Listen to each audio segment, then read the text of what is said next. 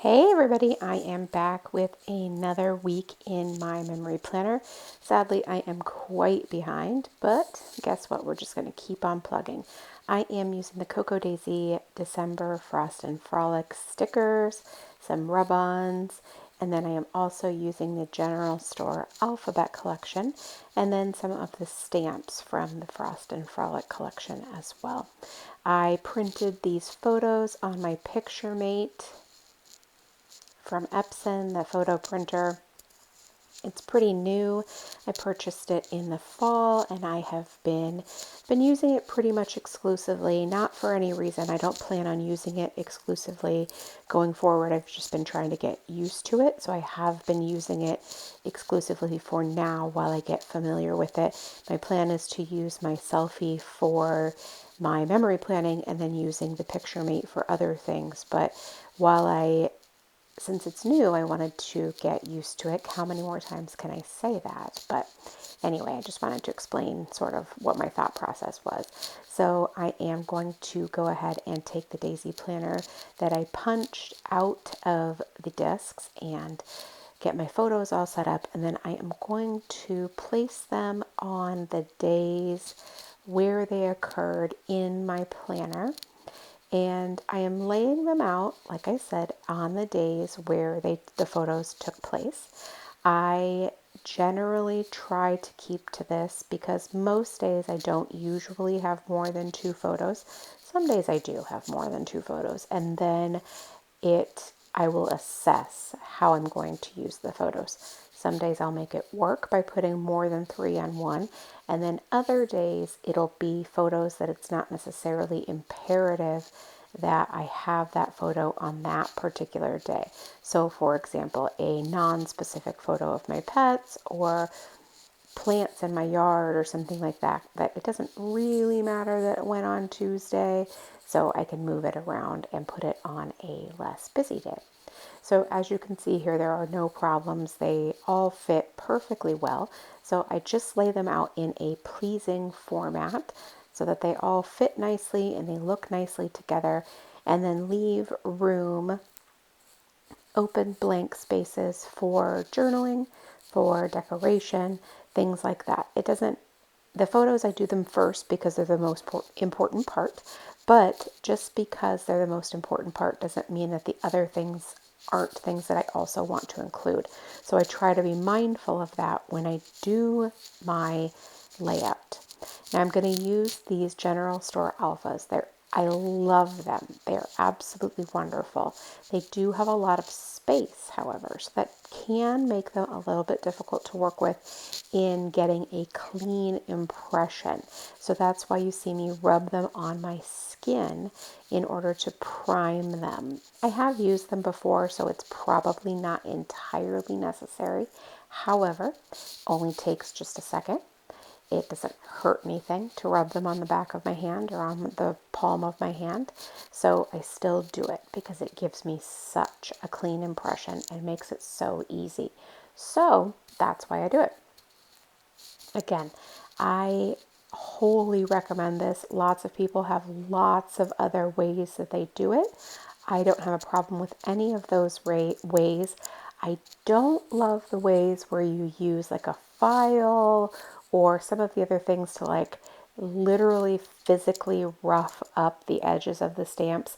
I am not a fan of that. I have worked for several stamp companies over the last 10 years, and I do not recommend where you actually physically damage the stamps. If you want to stamp it with archival ink and let it dry, that's cool, or Versamark and let it dry, that's fine. If you want to use an eraser, that's cool. I find the rubbing it on the back of your hand, I think it's the easiest and very, very effective, but what do I know? Okay, so I've stamped out December using that Stamp Market Cotton Candy ink, and I think it's exquisite. Like, I just think that color is beautiful. Now I'm going to take these Heidi Swap numbers, and they're very large, and I'm going to use this green. I cannot remember which one off the top of my head, and I'm going to stamp the 12 nice and large over sort of the D and the E at the very beginning, because I love the layering that we're doing right there with this. And I just love how that turns out. And I love the two colors together as well. Now this is my biggest stamp block. This is one from Everyday Explorers, I believe. And I'm going to just clean my stamp really quick and then just use the same one again because it works well for this particular stamp because it's so big, right? Now I love the way that that layering worked because the December with that thick, heavy font and then the 12 just being really thin, just that outline. Now I am going to use a handful of these stamps from Frost and Frolic, and then down at the edge create like a little decorative cluster. First up is the little hat. For some reason the little stocking cap is just the cutest thing ever. And for all the colors, I'm just mimicking the colors in the kit. So now we have the light blue to go with the pink and the dark green. And then we're also going to include red and navy blue too. And I love it because they just are all, I mean, obviously the red and the green are traditional Christmas colors, so I'm not going to pretend like that's not true. But then you add the soft pink and you add the light blue and the navy, and it just becomes a really festive color palette that it just is all really festive and fun. So I love it. And I love this whole stamped cluster right here.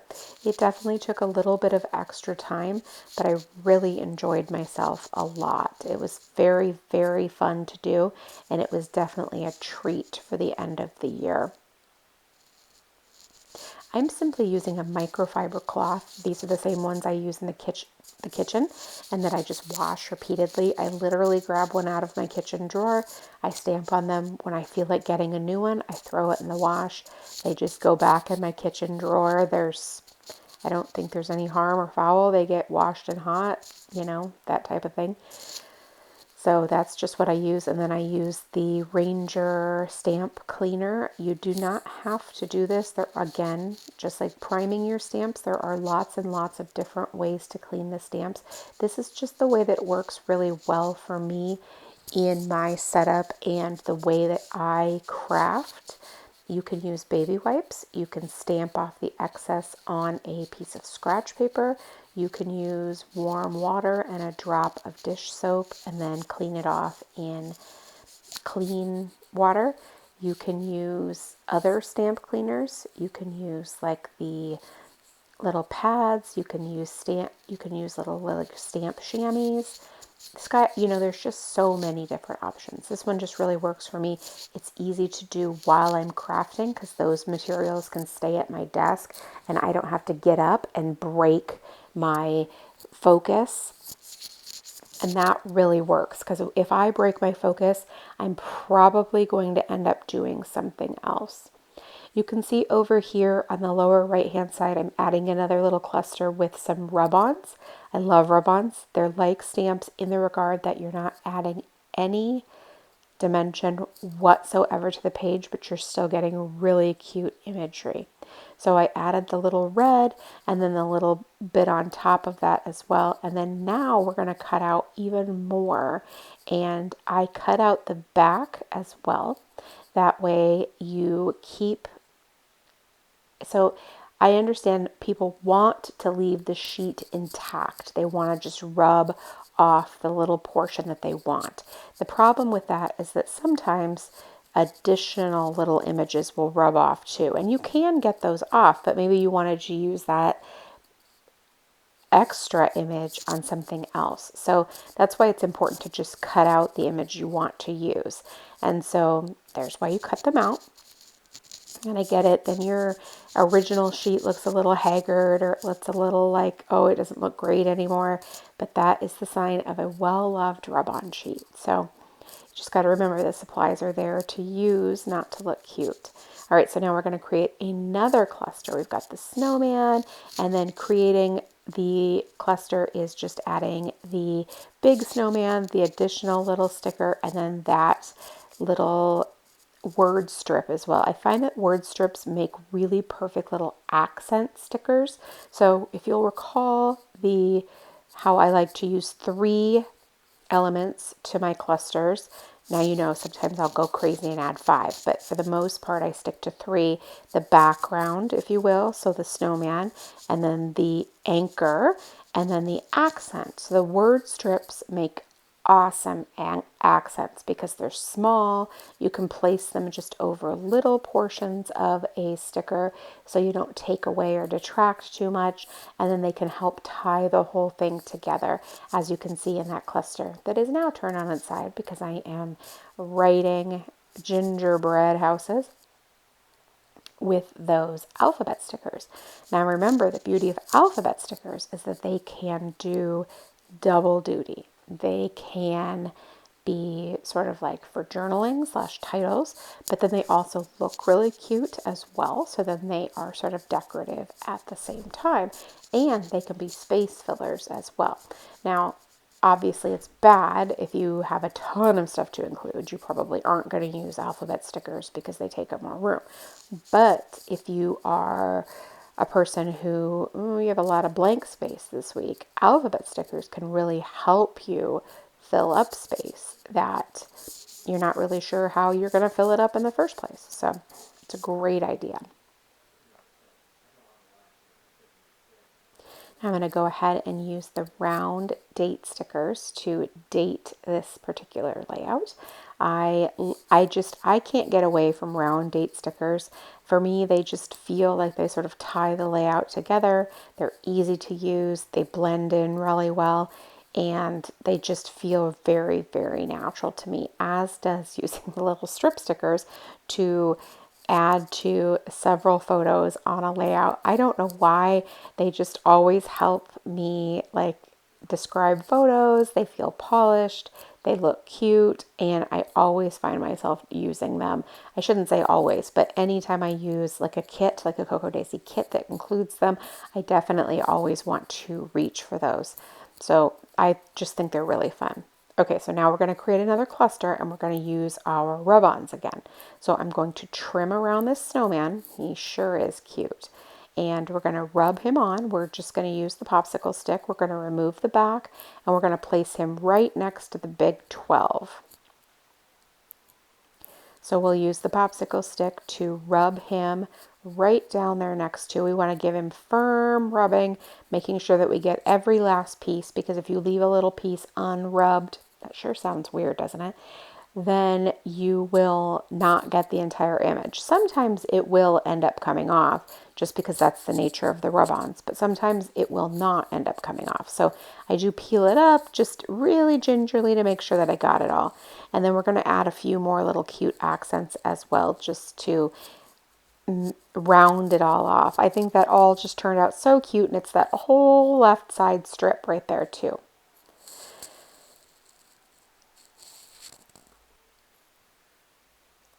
Now again, I can't understate how fun rub-ons are because they don't add any bulk. Like now stickers, I think we want to say like, oh yeah, stickers are great, they don't add any bulk. They do add some.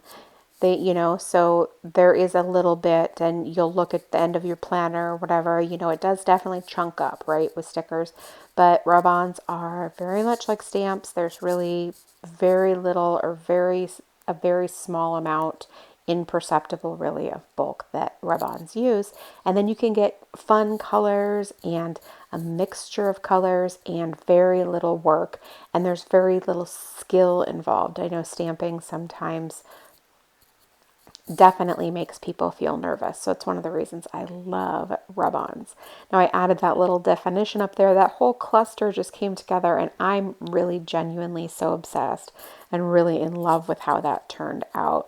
This whole layout just ended up being so much fun to me. Okay, so now we're going to add a bit of journaling lines, and I of course I'm going to use my mild liners. And I say that because we have the perfect light blue mild liner that matches the light blue from this collection. So of course I had to incorporate it. It all ties together so perfectly. So how could we not? All right, so using the blue mild liner, I just simply drew some lines, and as always, I like to make them I like to make them random. I feel like it makes it more playful and more whimsical, and that is what memory planning is to me. Everybody gets to decide how they want their memory planner to look, and a lot of people want theirs to look structured, and I think that is fantastic. You should absolutely make it look how it works for you. For me, the non-structured lines are 10 times easier, and then they look playful. So for me, that is a win-win because I am not a perfectionist, and even beginning to make them perfect would assure that they would not be perfect. So here we are. All right, so I'm just going to fill that last little bit in, and then I've got a nice big chunk of journaling over there on the left-hand side. Now over here on the right-hand side, I'm going to do this similar. I'm going to add a little block for journaling here in the center. And obviously it's a little bit less room, but you can tell already that I have a decent amount of photos and I included some decor as well. Now, as you know, I pretty much always follow this format. If you've watched any of these videos before, I add the photos, I add the decorations, I add the plans if I'm going to, and I add journaling. This is just how I do it. It's what makes sense to me, and it's sort of in the order of importance. It doesn't mean that I don't want to add the plans and the journaling. I do. But if I add the photos and the decor, I can fit the words in around those things. But I couldn't fit the photos really in around the words, or the photos and or the words. So I think y'all get what I'm saying. That's why I do it the way that I do it.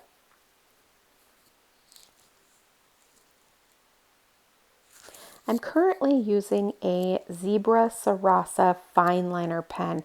It's a new to me pen. I'm really liking it a lot. It dries very quickly. It's similar to a Sharpie felt tip pen, and it's a lot of fun. All right, that's it for me this week. I'm going to link what I can up for you in the description below. I hope you love this. If you have any questions, please leave it in the comment box below, and I'll do my best to get back to you. Thanks so much, and make it a great day.